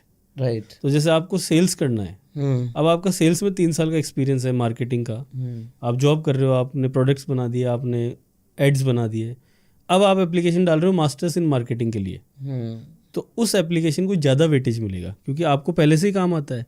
तो अब जो आपको मास्टर्स में पढ़ाया जाएगा आप उसमें रेलेवेंस ढूंढ पाओ। और जैसे अगर सैलरी आ रही है मान लीजिए 15-20 हज़ार रुपये भी आ रही है, बट अगर वो 3 साल कंसिस्टेंटली आई है, हाँ, तो वो एक प्लस पॉइंट है। अमाउंट का डजंट मैटर, बस अकाउंट में आनी चाहिए, दैट मैटर। हाँ भी, कैश में मत लेना। हाँ और अब तो 12 लाख तक वैसे ही फ्री है। नहीं, मैं तो लोगों को समझाता हूँ, कई बार ऐसा होता है कि मतलब इंडिया के अंदर आज भी कैश चलता है, तो मैं समझाता हूँ कि भाई सैलरी है जो भी है टोटल इंसेंटिव भी अकाउंट में डलवाओ, इट बिल्ड्स समथिंग ना। वो आपकी प्रोफाइल तो बिल्ड हो रही है, कल को किसी भी लोन के लिए अप्लाई करोगे तो भी तो वही प्रोफाइल मानी जाएगी। 30 से 40 करोड़ का पोर्टफोलियो है गाँव में लोगों का, गाँव में बता रहा हूँ मैं आपको। ITR है 2 लाख रुपए की, या है ही नहीं। बच्चे को भेजना है, बोले साहब पैसे तो हैं, पैसों की कोई दिक्कत ही नहीं है, हाँ, थैला भर के 50 भेज लाख देंगे। रुपए दे लो। हाँ, मैंने कहा बिना ITR वीज़ा ही नहीं आएगा, पैसों का मैं क्या करूं? 12 लाख तक तो आपकी ITR ही फ्री है, आप भरते ही क्यों नहीं? मैंने हमारे आसपास में ऐसे ऐसे लोग देखे हैं जिनके 50-50 करोड़ की कोठियाँ हैं, लेकिन 3 लाख रुपए की ITR है। अब वो कैसे तो जस्टिफाई करते हैं, क्या वो रिस्क लेके सोते हैं, रात को नींद भी आती है नहीं आती पता नहीं, बट ये ट्रेडिशन है इंडिया के अंदर। वो तो फिर अपन फाइनेंशियल आपके वाले में चले जाएंगे। मैंने सुना था अभी आपका प्रॉपर्टी का और वो सारा।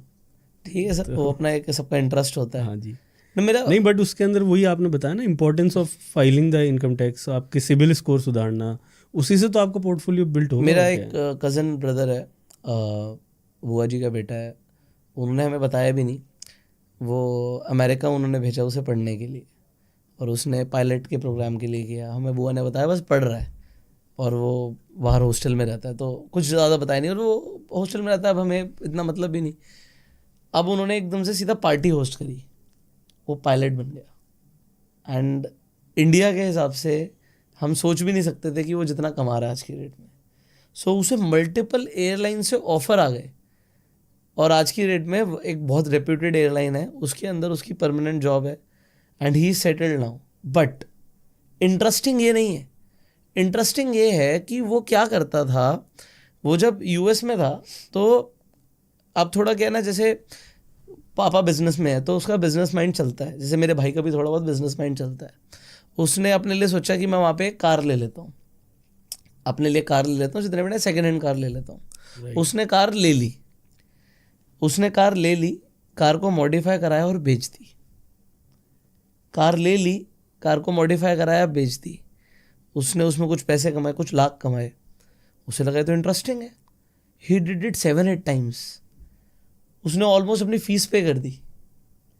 बिल्कुल, he had a business mind कि भाई गाड़ी है, गाड़ी कहाँ से सस्ती मिल सकती है, कैसे करना होता है, उसका जो भी सिस्टम है। But he did it. I don't know मतलब इट इज अलाउड और नॉट, मेरे को उसका लीगैलिटीज नहीं पता। It is allowed. आप बिजनेस भी कर सकते हो, 40 आवर्स आप जॉब भी कर सकते हो वाइल स्टडिंग, जब आप पढ़ाई कर रहे हो। सेम केस में आपको बताता हूँ, 12th पास स्टूडेंट है, ऑस्ट्रेलिया पहुँचता है बिल्कुल फ्रेश, 60% 12th में बड़ी मुश्किल से आई थी उसकी, कैसे जैसे उसका वीज़ा लगाया था। जाते ही वहाँ पे टैक्सी का लाइसेंस लेता है, ओके, टैक्सी चलाता है, समझ में आ जाता है कि टैक्सी के $800 पर मंथ में गाड़ी मेरे को मिल रही है। ओके, तो अपना सारी जो क्या करते हैं, वही कैश वाली प्रॉब्लम है। जो भी बच्चा जाता है वो कैश में सैलरी उठाता है, उसने कैश में नहीं उठाई, उसने अकाउंट में ली। ठीक है, अकाउंट में ली तो उसकी सिबिल बन गई, वहाँ पे क्रेडिट स्कोर बोलते हैं। हाँ, और उसने एक गाड़ी अपने नाम पे परचेज कर ली, ओके, और उसको रेंट पे चढ़ा दी किसी दूसरे ड्राइवर को कि भैया तू चला, हाँ, मेरे को रेंट देता रहे मेरी गाड़ी का। ओके। 27 गाड़ियाँ हैं जिसके पास, और अभी सेकंड ईयर में है वो। So this is what I want to teach people. It's not always about the job. आप समझो, वो पायलट बन गया, वो तो बहुत बढ़िया किया उसने, हाँ, तो पायलट बन गया। बट वो पायलट की जब पढ़ाई कर रहा था तो उसने गाड़ियां जो उसने रोटेट मारी, उसने फीस फ्री कर दी। आज इस बच्चे ने 27 गाड़ियां अपने अंडर कर ली, हो सकता है उसे जॉब मिले भी ना, नहीं मिले, या जितने की मिले उतनी तो वो बिजनेस से कमा रहे। क्योंकि बाहर क्या है, आप एक पिज्जा खरीदते हो, आपके 700-800 रुपए गए, जो कि यहाँ पे 100-150 रुपये में काम होता है। आप कुछ भी करते हो, मतलब आपका मिनिमम 500 रुपये हर चीज़ के लग जाते हैं। पानी खरीदते हो 200 रुपये लग जाते हैं। मैं जब फर्स्ट टाइम यूरोप गया था, मैंने पानी खरीदा, मैंने कहा 200 रुपये, मतलब इंडिया में तो 20 रुपये की बॉटल आती है यार, वो भी हमें महंगी लगती है। महंगी लगती है, सही। वहाँ पे 200 रुपये की बॉटल खरीद रहे हैं हम, 2-2 यूरो की, मतलब ऐसी बॉटल खरीद रहे हैं 2 यूरो 3 यूरो, तो मजाक है मतलब। तो आप सोच भी नहीं सकते कि यहाँ पे अपॉर्चुनिटीज़ कितनी सारी हैं। बस बच्चे उस डायरेक्शन में सोचें। इंडिया के अंदर एक चीज़ की प्रॉब्लम और है, ये बच्चे सिर्फ ये सोचते हैं कि हमें सिर्फ जॉब मिल जाए, और रियलिटी चेक ये है इतनी है नहीं। बिल्कुल सही बात। आप किसी एक स्पेसिफिक फील्ड की बात कर रहे हो जिसकी जॉब्स फ्री हैं, बट ऐसा नहीं है पूरी दुनिया में भी जॉब ही जॉब फ्री हैं। लोग बहुत सारे हैं, चाइनीज़ भी हर जगह घुस गए हैं, हर जगह मिलते हैं चाइनीज़। तो आज की डेट में इंडियन से ज़्यादा चाइनीज़ दिखते हैं मुझे। तो कहने का मतलब ये है कि अगर इतनी सारी जॉब्स नहीं है तो आप जॉब क्रिएट भी कर सकते हो। बिल्कुल वही सॉल्यूशन है। आप बाहर जाके बिजनेस भी तो कर सकते हो। कनाडा में जो लोगों ने किया, कनाडा में आज की डेट में जो सिख कम्युनिटी है, they are business driven people. वो एंटरप्राइजिंग माइंडसेट के हैं। जो यूएस के अंदर गुजरातीज ने किया, आज की डेट में एथेनिसिटी वाइज बात करें तो गुजरातीज अमेरिका के अंदर सबसे अमीर लोग हैं। मॉडल्स का बिजनेस शुरू किया था उन्होंने। गुजरातियों का मैं आपको थोड़ा सा डेटा मैं भी देख रहा था। पाकिस्तान की जो टोटल इकोनॉमी है कुछ 400 के आसपास है, 400 बिलियन। 800 बिलियन सिर्फ गुजरातियों के पास है जो आउटसाइड गुजरात रह रहे हैं। मतलब पूरे पाकिस्तान की टोटल जो इकोनॉमी है उससे डबल गुजरातियों की जो गुजरात के बाहर रह रहे हैं। हाँ, अच्छा है आपने अडानी अंबानी डाले नहीं इसमें। तो इतना बड़ा चंक जो है, all about the mindset. Yes. उनकी एथनिसिटी में, जैसे अब हमारी जैन कम्युनिटी है, इंडिया की सबसे high income tax paying community है। So this community has enterprising mindset. उनका एंटरप्रेन्योरियल माइंडसेट है, जो वो कुछ भी करते हैं, जॉब करते हैं, करें, उसके बाद उसमें कुछ बिजनेस ढूंढते हैं। इसका कोर जो रीज़न आ गया ना भाई, वो वापस वही आ गया जो मैंने आपको बताया था कि 8th 9th से बच्चे को फाइनेंशियल इंडिपेंडेंस की तरफ धकेलो। राइट। अब आप वहाँ पे कुशन बन जाते हो। ग्रेजुएशन के बाद में आप उसे धक्का मार बिल्कुल दो, रावण की तरह निकल के आते हो। हाँ। कि तेरे पे इतना वो लगा दिया, वो कर दिया। आप उसको 9th से ही थोड़ा थोड़ा फ्रीडम दो ना, उसको बोलो ना थोड़ा कमा के लाए। अब 12th की छुट्टियों के बाद क्या करता है बच्चा? कुछ नहीं करता, मजे करता है। 6 महीने फ्री है। आप बोलो कि पैसे कमा के ला, फिर देखूंगा तेरे को कौन से कॉलेज में भेजना। मैंने अपना करियर से 12th के बाद शुरू किया था। जैसे ही 12th का एग्जाम ओवर हुआ, मैंने अपने आप से सवाल पूछा, व्हाट इज नेक्स्ट? यस। अभी तक तो स्कूल जा रहे थे ना, सुबह उठ के स्कूल जाना था। हाँ। अब स्कूल खत्म, कोचिंग खत्म, क्या करेगा? मैंने अपने लिए सारे ऑप्शंस, लास्ट डे एग्जाम के लिए पढ़ना था। सारे बच्चे एग्जाम के लिए पढ़ रहे होंगे, आई एम वेरी श्योर। मेरा मैथ्स का एग्जाम था, आखिरी दिन, मुझे आज भी पता है। मेरा हो गया। मैंने कहा यार एग्जाम तो अब जैसे तैसे दे देंगे, कल से करेंगे क्या। मैं रात भर प्लानिंग कर रहा था अगले दिन की क्या करेगा। रात में मैं सोच रहा था कि यार मैं बच्चों को पढ़ा सकता हूँ। मैं 6th 7th class 8th class 9th class तक के बच्चों को पढ़ा लूँगा। मैंने कहा यार एक आधा सब्जेक्ट तो मैं 12th क्लास के बच्चों को भी पढ़ा लूँगा, इंग्लिश पढ़ा लूँगा 12th के बच्चों को। 12th अभी ओवर नहीं हुई है, बट मैं पढ़ा लूँगा, कॉन्फिडेंस पूरा था।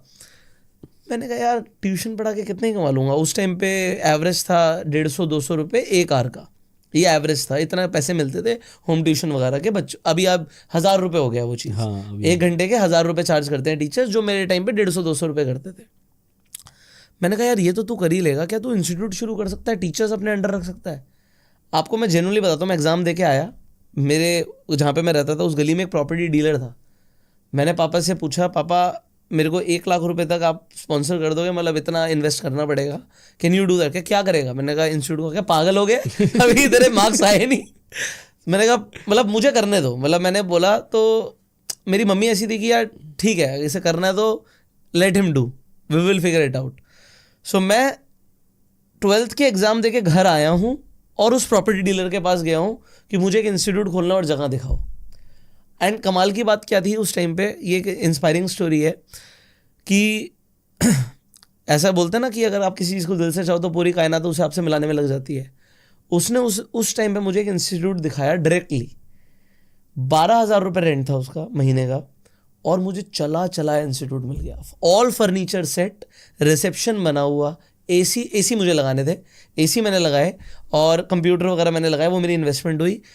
Complete institute with the classroom setup, desk वगैरह नॉर्मल थे बट कोई प्रॉब्लम नहीं, बोर्ड वगैरह लगा हुआ था, रिसेप्शन बना हुआ था, बहुत अच्छा मिल गया आपको पूरा एज इट इज। और चलाए में फायदा क्या था कि वहाँ की कम्युनिटी को पता था कि यहाँ पे एक इंस्टीट्यूट था बिल्कुल। किसी ने छोड़ दिया या नहीं है, आपको मिल गया 12,000 रुपये भाड़े में।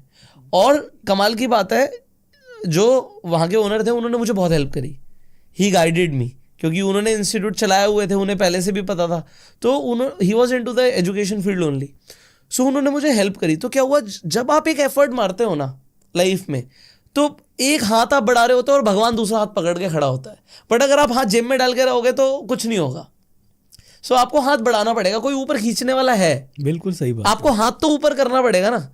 सो आप इवन इंडिया से बाहर जाते हो, आपको हाथ तो ऊपर उठाना पड़ेगा। आपको बाहर एजुकेशन भेजने का सबसे बड़ा रीज़न भी यही है। जैसे ही आपने फ्लाइट में बोर्ड किया, अब आप अकेले हो गए। अब आप अकेले हो गए तो अब आप ऊपर ही देख रहे हो कि कुछ तो जुगाड़ कर भाई। फिर वो सुनता है, क्योंकि फिर आपकी मेहनत भी आती है, फिर आप एक्शन में भी आते हो, फिर आपका माइंड भी उस तरीके से खुलता है। अभी तक तो बंद है, मैं ये हूँ, वहाँ जाते ही हो जाता है अब क्या करूँ।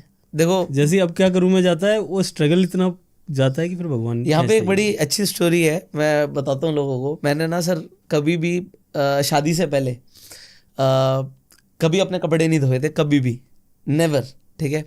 कपड़े धोए छोड़ो, कभी कपड़े लगाए भी नहीं थे बैग में, कभी बैग में कपड़े नहीं लगाए थे, हमेशा मेरी मम्मी ने लगाए थे। मतलब इतने पैम्पर्ड चाइल्ड थे हम कि मम्मी ही सारे काम करती थी। तो कभी भी घूमने जा रहे हैं, पहले तो कहाँ ही घूमने आते थे, वैष्णो देवी वगैरह जा रहे हैं या किसी पिलग्रिमेज पे जा रहे हैं, कहीं जा रहे हैं, तो मम्मी ही बैग लगाएंगी। अब मैं जब हनीमून पर गया तो मेरी वाइफ से लड़ाई हुई और लिटरली वो धूप में जाके बैठ गई। हुआ क्या, मतलब I was expecting this, expectation थी मेरी कि भाई अब हो गया, हम यहाँ से जाएंगे तो मेरे कपड़े वही रख देगी बैग में। मेरी एक्सपेक्टेशन थी, आई वॉज नॉट इंडिपेंडेंट, सो मेरी एक्सपेक्टेशन थी। मैंने बोल दिया तू बैग लगा दे। कह रही मैं क्यों लगाऊं, तुम अपना खुद लगाओ, मैं अपना लगाऊंगी। मैं कहा ये क्या बात हुई। मतलब एक हल्का सा बात होती है कि भाई आप हस्बैंड हो, एक वाइफ है, तो कुछ उस दिन से मेरी सारी एक्सपेक्टेशन खत्म हो गई। सारे बैग में ही लगाता हूँ आज तक मैं लोगों को बताना चाहता हूँ, उसका बैग भी मैं ही लगाता हूँ। तो हमारी हनीमून पे लड़ाई हुई, लिटरली फाइट हुई कि भाई इतना सा काम बोला, ये नहीं कर सकती। कह रही मैं क्यों करूं, सही बात है। Why should I, you should do it. मतलब अगर आप मान लो आप किसी ट्रिप पे जा रहे हो, एग्जाम्पल है सर, बड़ा फनी है कि आप गए हो 4 दिन के ट्रिप पे, आप लेके गए थे 3 अंडरवेयर, तो एक तो आपको धोना पड़ेगा और उसे सुखाना पड़ेगा ड्रायर से। अब ये मैं वाइफ को कैसे बोलूं, ये तो मुझे पता ही नहीं था, क्योंकि मम्मी तो पहले से ही करके रखती थी सारी चीजें।